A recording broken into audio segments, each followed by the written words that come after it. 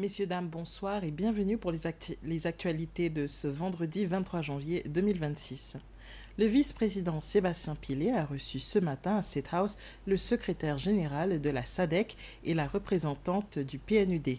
Ce fut l'occasion pour ces organismes de comprendre les orientations politiques des Seychelles.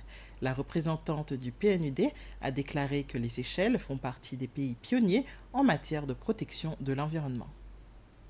Le premier à être reçu ce matin par le vice-président Sébastien Pillet a été le secrétaire exécutif de la SADC, Elias Magosi. Cette rencontre qui a eu lieu à State House avait pour objectif de discuter des projets du nouveau gouvernement séchellois et de la manière dont la SADC pourrait continuer à contribuer au développement du pays.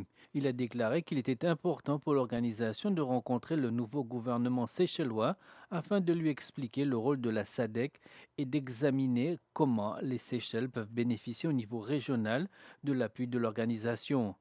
La deuxième personne à rencontrer le vice-président Sébastien Pillet ce matin était la nouvelle représentante du PNUD pour Maurice et les Seychelles. Dans une interview accordée aux journalistes à l'issue de la réunion, Mme Batia a déclaré que les Seychelles figurent parmi les pays pionniers en matière de protection de l'environnement. Elle a indiqué avoir obtenu un bon aperçu des priorités que le nouveau gouvernement souhaite mettre en place pour les Seychelles et ajouté que le PNUD continuerait d'aider le pays dans ce domaine ainsi que dans d'autres secteurs. L'Université des Seychelles et l'école indépendante ont signé un protocole d'accord visant à renforcer leur collaboration dans les programmes académiques, l'enseignement et des recherches sur des sujets communs.